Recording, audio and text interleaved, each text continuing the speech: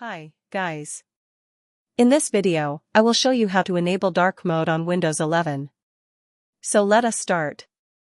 So first of all, you have to open your Settings app. So just click on this search box and type Settings. So here is my Settings app, so just click on it to open it. Let me click on it.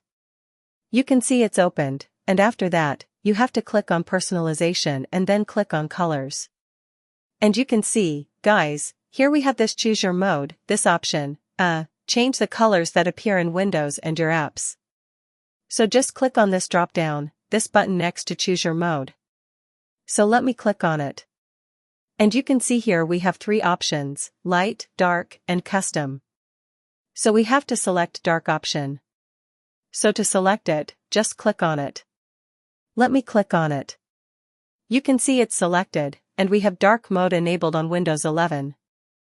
You can see if I open my File Explorer, you can see, guys, it's now enabled. Let me click on the Start button. You can see, guys, dark mode enabled.